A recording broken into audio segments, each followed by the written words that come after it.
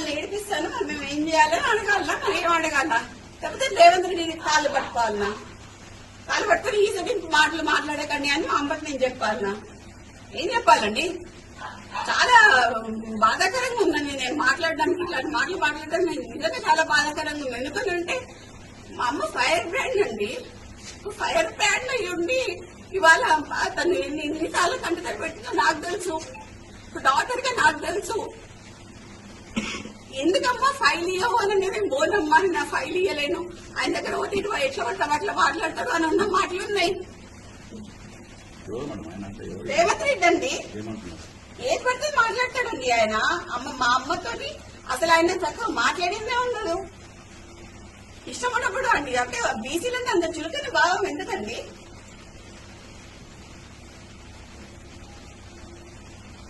ఒక మీటింగ్ జరిగిందండి ఢిల్లీలో.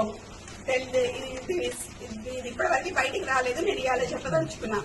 ఢిల్లీలో అందరూ ఖర్గే గారు ఉన్నారు, అందరూ మీటింగ్ జరుగుతున్నప్పుడు అందరు మంత్రులు ఉన్నారు, సీఎం ఉన్నారు, ఖర్గే ఉన్నారు, అందరు ఉన్నప్పుడు మా అమ్మ ఏం మాట్లాడింది అని అంటే, కొంచెం అడ్మినిస్ట్రేషన్ ప్రాబ్లం అవుతుంది, పిఏ మీకు అందజేస్తున్నారో లేదా మాకు తెలియట్లేదు అన్న విషయం మాట్లాడగానే వెంటనే రేవంత్ రెడ్డి పక్కన ఉన్న ఖర్గేకి హిందీలో ఇందుకే ఇంటికి రానియా ఏమనంటే ఏదో ఒకటి చెప్తుంది, ఒక 10 పిటిషన్లు పట్టుకొని వస్తుంది, 10 పనులు పట్టుకొని వస్తుంది, ఈ పని చేయంటది, ఆ పని చేయంటది, ఈ పని చేయంటది. మరి ఏడికి పోవాలండి? పని చేయొద్దా? ఎమ్మెల్యేలు మినిస్టర్లు పని చేయొద్దా? మా అమ్మ ఆ రోజు ఏడ్చిందండి. ఆ రోజు ఢిల్లీలో ఏడుస్తాను, అప్పటికప్పుడు పోయిన ఢిల్లీకి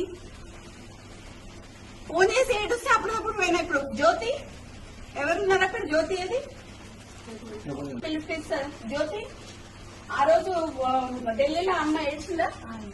దేని గురించి ఏడ్చింది? ఏడ్చిందా?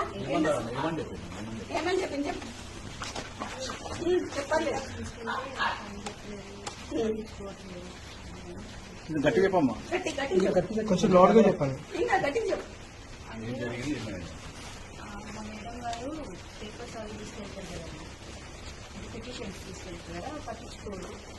నేను అందుకనే పట్టించుకోను అని గట్టిగా హార్ష్ గా మాట్లాడిందేమో.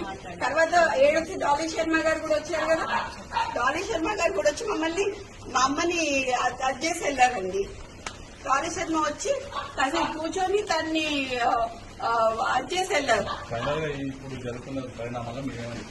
బీసీలను నొక్కుతున్నారండి, బీసీ లీడర్లని మా నాన్నని మా అమ్మని చెప్పడానికి ట్రై చేస్తున్నారు. ఇప్పుడు ఎక్స్ట్రాక్షన్